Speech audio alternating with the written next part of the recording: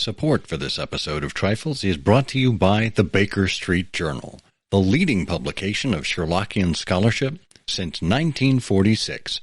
Find them online at bakerstreetirregulars.com. And also by the generous support of listeners like you who choose to support us at Patreon for as little as $1 a month.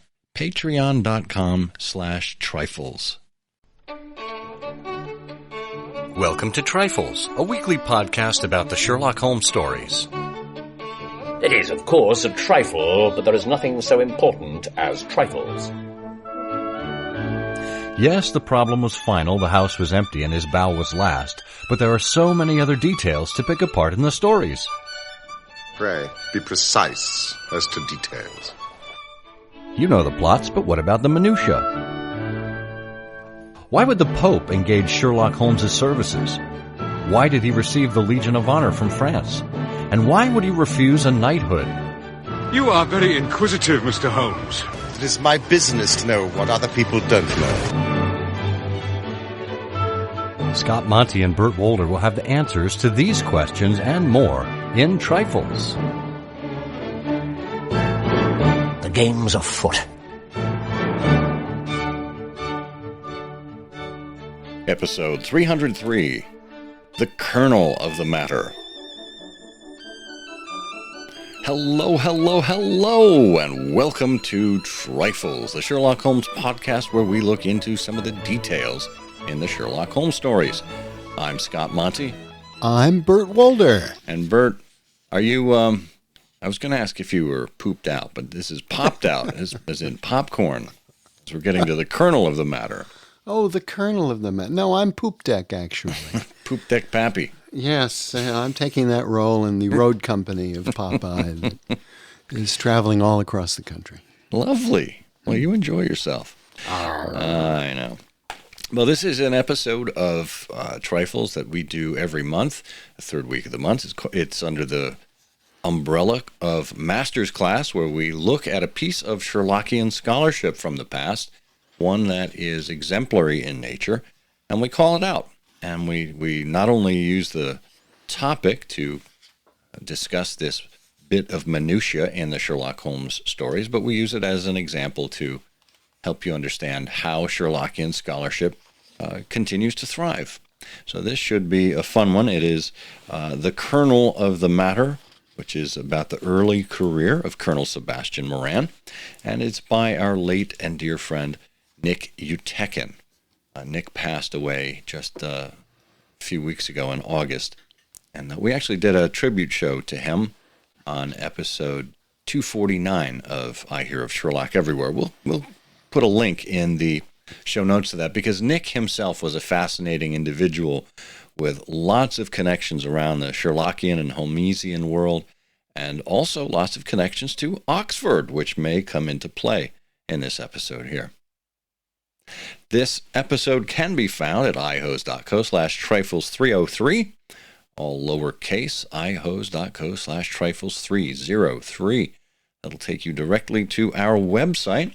You can sign up there for email updates, and you can also use that as an opportunity to either comment on the episode, well, not either, we want and support the show via Patreon.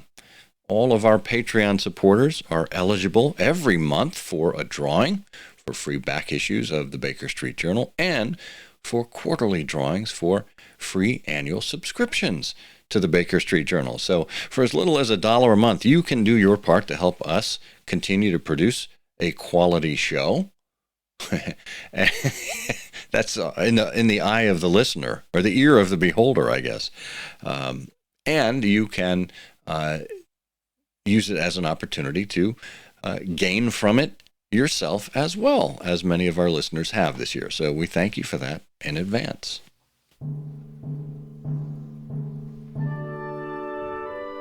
Well, as I said, this is the Master's Class episode called The Kernel of the Matter. And Burt, why don't you tee it up for us so we know exactly what it is we're getting ourselves into?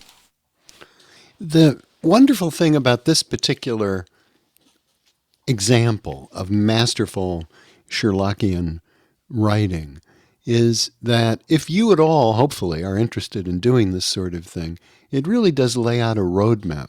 And it's a wonderful connection to other fiction, too.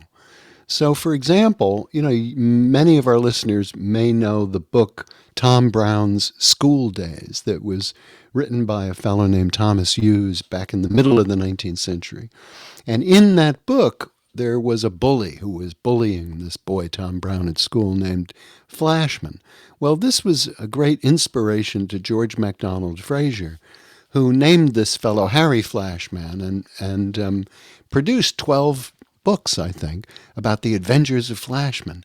And he had Flashman appearing at these marvelous different episodes of history. And Flashman, of course, was, a cad and a scoundrel in many ways. And so it was a jumping off point of how to take a fictional character and wrap him into real world events. Well, that's what Nick Utekin has done here for Colonel Sebastian Morant, a character in the canon whom, as you'll see in a moment, we know really very, very little about. And what Nick has done here is provided a biography of Colonel Sebastian Morant. But it reflects all of his own interests, because when you get to the end of this article, you find out that he's consulted dictionaries of national biographies, memoirs of knights of Britain, Sir John McNeil, the lists of Eton College, the Oxford University calendar of 1859, just a whole host of real historical events and items and information. And it's against that backdrop that he lays in the kernel of the matter, the early career of Colonel Sebastian Morant. Yeah, and this is interesting to me because there are a number of figures in the Sherlock Holmes stories who appear in Holmes's biographies. He'll ask Watson to take something down from the shelf or take something from, his collection of papers that he's accumulated. Somehow he has a keen eye for exactly what to keep track of. And these sketches we have are just thumbnail sketches of some of these individuals. So, for example, when it comes to Colonel Sebastian Morant, here is the totality of what we know about Colonel Morant from Holmes's list of M's.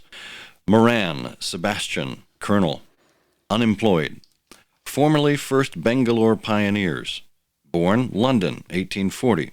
Son of Sir Augustus Morant, C.B., once British minister to Persia. Educated Eton and Oxford. Served in Jawaki campaign, Afghan campaign, Chera-Sayab dispatches, Sharpur and Kabul. Author of Heavy Game of the Western Himalayas, 1881. 3 Months in the Jungle, 1884. Address, Conduit Street. Clubs, the Anglo-Indian, the Tankerville, the Bagatelle Card Club. And that's it. That's all we have about Colonel Morant. So Nick says the early years of Sebastian Morant have hitherto been a closed book. And it is his attempt now to fill in those gaps, to give us a backstory as to how the Colonel Morant that we know became the Colonel Morant that we know. Yes, and he notes too, Nick reminds us that Holmes, in his index in the margin, had written the second most dangerous man in London. And, anyway, when Nick gets into this, he says, look, what's going on when we're reading Holmes's index here is that it's April of 1894. And, of course, Holmes has just returned from the great hiatus. And all of this can be found in The Adventure of the Empty House. And Morant, says Nick, was 54 then, a man for whom the good times were over. He was reduced to making a living at cheating at cards. Moriarty had died 3 years before. All of his source of income and his community died with Moriarty. But 50 years before, things had been different indeed. In 1840, says Nick, Sebastian Augustus Malcolm Edward McNeil was born in London. He was endowed with many of nature's advantages. True, he was illegitimate, but he never lost the love of his influential father, who was Sir John McNeil of Colonsay. So this is his basic premise, his departure point here. We're going to be looking at Sebastian Augustus Malcolm Edward McNeil and charting the path in Nick's mind from that august series of names to Colonel Sebastian Morant. Yeah, and it's an interesting journey because, Nick is able to, through his use of ancestry and heraldry and whatnot, kind of work his way back here and notes at one point how the transformation begins to take place. And really, it's somewhat of a sad beginning for poor Sebastian, unfortunately. We know that his father, Sir John McNeil of Colonsay, born in 1795, was the third of three sons. He studied medicine in Edinburgh, graduating in 1814, and years later became an assistant surgeon with the East India Company's establishment in Bombay. But he wasn't. He didn't end up devoting his career to medicine and the ailments of Englishmen there in the Indian colonies. Instead, he chose to be a diplomat. And in 1835, he was a political assistant to the East India Company's envoy in Persia, and he was appointed secretary of the special British embassy to Tehran under Henry Ellis. And Sir John was a man of great promise, and unlike so many, quickly fulfilled the high hopes that were held of him. He was made envoy and minister plenipotentiary of the Shah of Persia, and by 1841 he had been created a GCB, civil order, by a grateful queen and her prime minister. Yeah, and that's just a lovely one of these biographical facts that Nick is just sort of peppering here. So now we're talking about Colonel Morant's father, who as he says here, as you just said, in 1841, he was created a GCB.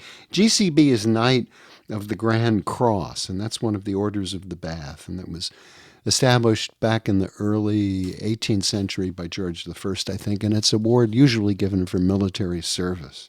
So there is Morant's father created a Knight of the Grand Cross. And that, of course, makes it more of a challenge when you're in that realm of honors to deal with things like illegitimate children. And then we get through the rest of the life of poor old Sir John McNeil. His marriages, he's married a second time, has no surviving sons. He has a brother who's about to become Lord Justice General and Lord President of the Court of Session in Scotland. He had a family tradition. In 1840, he had an illegitimate child by a French woman, of whom the only thing we know is her surname, Morant. And that child was to become Colonel Sebastian Morant. Interesting. And he goes on to say we really don't know much about the first decade of Sebastian McNeil's life, later to be Sebastian Morant. In those days it was difficult to be a child born out of wedlock. He couldn't live with his father. Right? His father could not acknowledge his existence to the world. But, of course, that doesn't mean that behind the scenes things weren't a little different. In this case, Sir John probably did not forget his son while he was in Persia, gave money to ensure the boy's education, etc. And Nick writes, he says, that is why in 1853 we find recorded in the Eton College list the name of Malcolm McNeil. He was in the fourth form. Remove F at that most prestigious of English schools. Now, why he was entered in the role as Malcolm is unclear. But since this is only the first of several examples of Sebastian having his surname changed or using different Christian names, we must assume that his father was protecting himself by disguising the child's exact identity. How course. Clever. Of course, we must assume that. Yeah. Well, and then by the time the next election of boys at Eton is held in 1856, Sebastian is no longer there. And at the beginning of the year, Sir John McNeil and another officer was sent to Crimea by the British government. And what happens is that Sir John McNeil and Colonel Alexander Tulloch are now in Crimea. And we believe, says Nick, that Sir John took his 15-year-old son with him. And this was Sebastian's first encounter with the adult world. He was fascinated with what he saw of the British Army.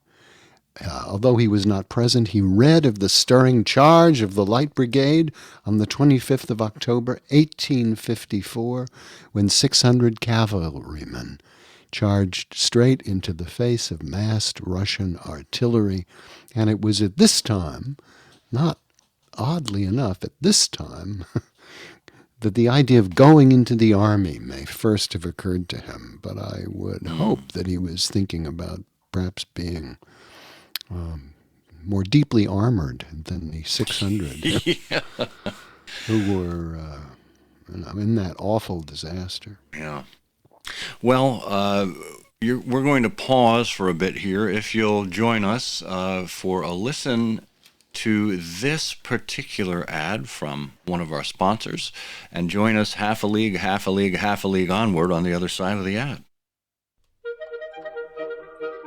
When you're looking for reference material regarding the Sherlock Holmes stories, the Baker Street Journal has been providing thoughtful articles since 1946.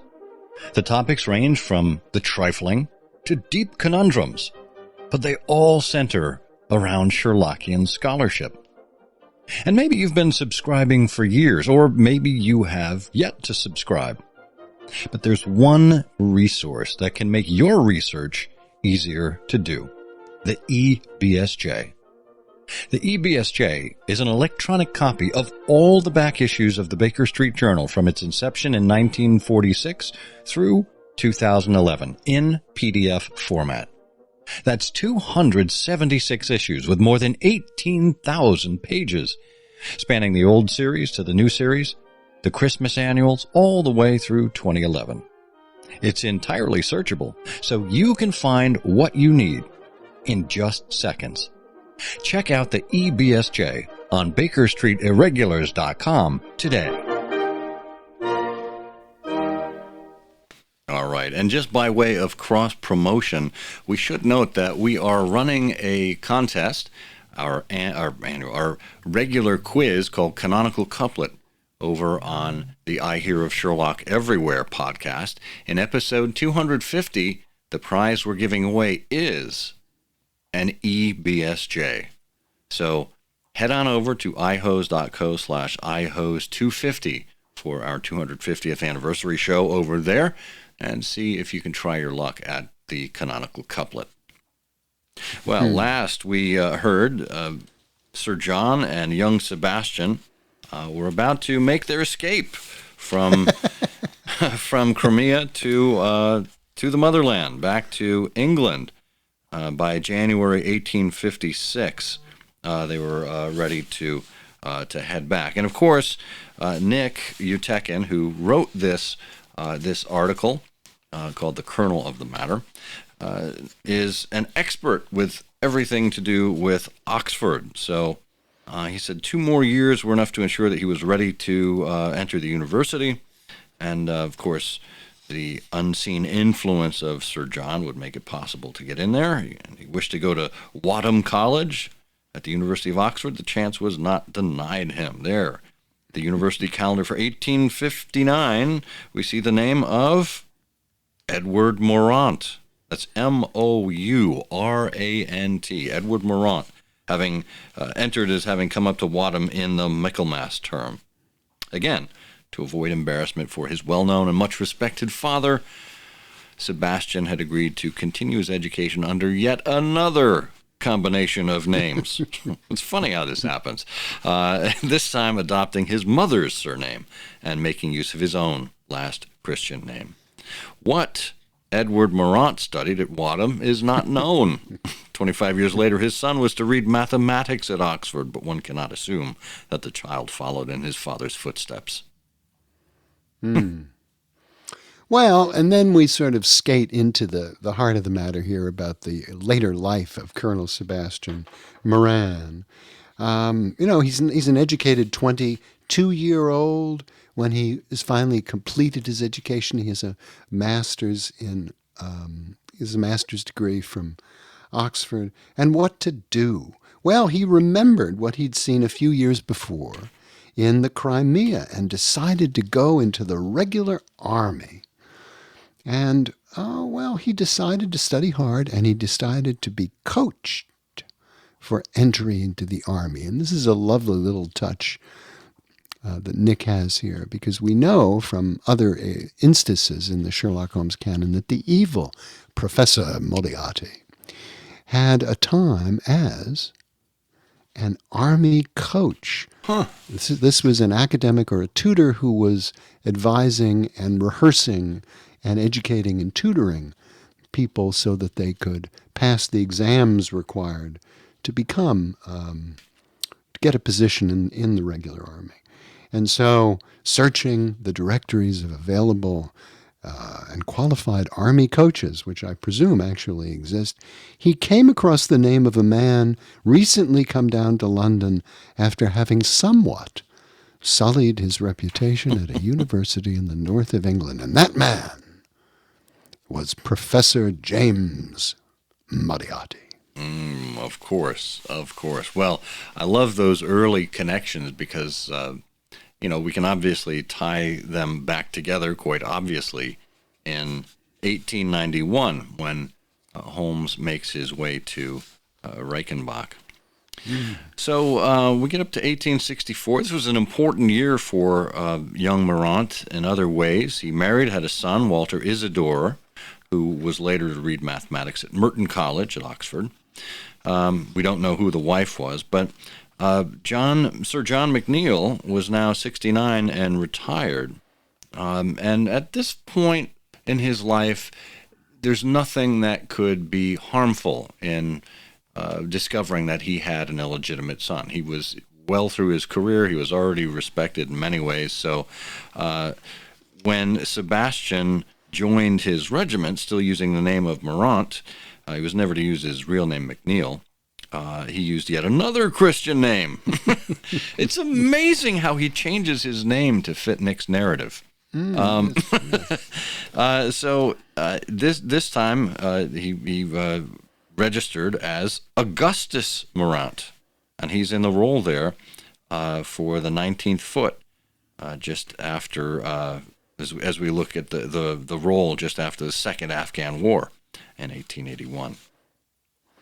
Yeah, and the point here, too, that Nick makes right around this time is he says, by the way, Augustus Morant, he says, Sherlock Holmes used the name Augustus to cover the true identity of Morant's father when he read Watson the biography from his scrapbook. That's right, son of Sir Augustus Morant, C.B., once British minister to Persia. How about that? So he gets posted to India, and of course Sir John would be happy to see his son posted where he was. Remember he worked for the East India Company and was stationed there in India, and then Nick begins to surmise about his shooting action. He's quite possibly done some shooting during his vacations from Oxford. May have fired a musket when he was a young 15-year-old in Crimea, for all we know. But whether he had shot before, Morant rapidly established himself as a fine shot. Remember, Holmes credited him in The Empty House as the best heavy game shot our Eastern Empire ever produced. So, take a trip to the Northwest frontier to give him the opportunities to do that, the knowledge, the expertise. And he would utilize that in 1881 as Sebastian Morant when he wrote his book, heavy game of the Western Himalayas. As for card playing, well, you have to be a very good card player to become good enough to make your living as a card sharp. So then we're up to 1878 with the eruption of the Second Afghan War. Well, yeah, now we're sort of on our skates and sort of getting out of this. The British established their right to have a permanent mission in Afghanistan. The war ended. Augustus Morant was a major. Shortly thereafter, he was promoted to colonel. Nick makes a number of assessments around what he decided to do, but basically he decided irrevocably to finally change his name, taking the anglicized form of his surname. So Morant becomes Moran. He goes back to India. Holmes refers to Moran, of course, as the old shikari. A shikari was usually a native hunter or guide, but Moran might in fact have taken on that role because of the opportunities thereby afforded to cheat rich jungle hunters. So in the years between 1881 and 1884, Moran turned from an officer and gentleman to a criminal and murderer. And why he did this, unfortunately, Nick says this is unexplainable, unexplained, and inexplicable. Wow. I mean, could it be Moriarty's influence, whom, Moran had come in contact with some years before, had exerted some unseen factors? Did Moran develop a warped sense of the value of human life? Did he feel resentment over his illegitimacy? Sherlock Holmes couldn't say. Sherlock Holmes tells Watson, there are some trees which grow to a certain height and then suddenly develop some unsightly eccentricity, and that's how Holmes tried to account for it after Moran's capture.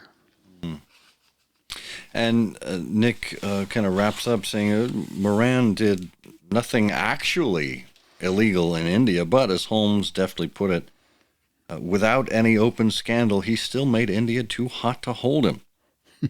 The change in his son's character was enough, though, to affect the health of Sir John, who died in 1883 in Cannes. We can only assume that his demise was brought on by a broken heart. And this change in character was serious enough that when Moran returned to England at some point in 1884, Professor Moriarty sought him out specifically and asked him to join his gang. And we, of course, know how that turned out. So,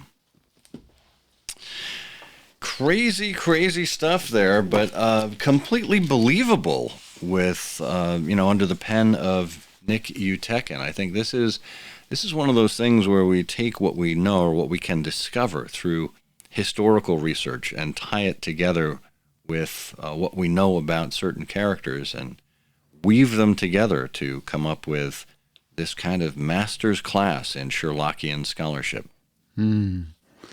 Well, it's an absolutely wonderful example, and it shows you how one of the characters that are treated, rather lightly in Watson's reports can be brought to life through the work and the diligence and the research of a scholar like Nick Utekin. And that is no trifle. It is, of course, a trifle, but there is nothing so important as trifles. Please join us again next week for another installment of Trifles. Show notes are available on SherlockHolmesPodcast.com. Please subscribe to us on Apple Podcasts and be sure to check out our longer show, I Hear of Sherlock Everywhere, where we interview notable Sherlockians and share news of the Sherlockian world. You've taken my breath away, Mr. Holmes. That is our friend of last night. Moran, Sebastian, Colonel, son of Sir Augustus Morant, once British Minister to Persia, educated at Eton, Oxford, blah, blah, blah, blah, blah. Served in Jawaki campaign, Afghan campaign, Sherpa, Cole, mentioned in dispatches. The second most dangerous man in London. This is astonishing, Holmes. This is the career of an honourable soldier. It's true.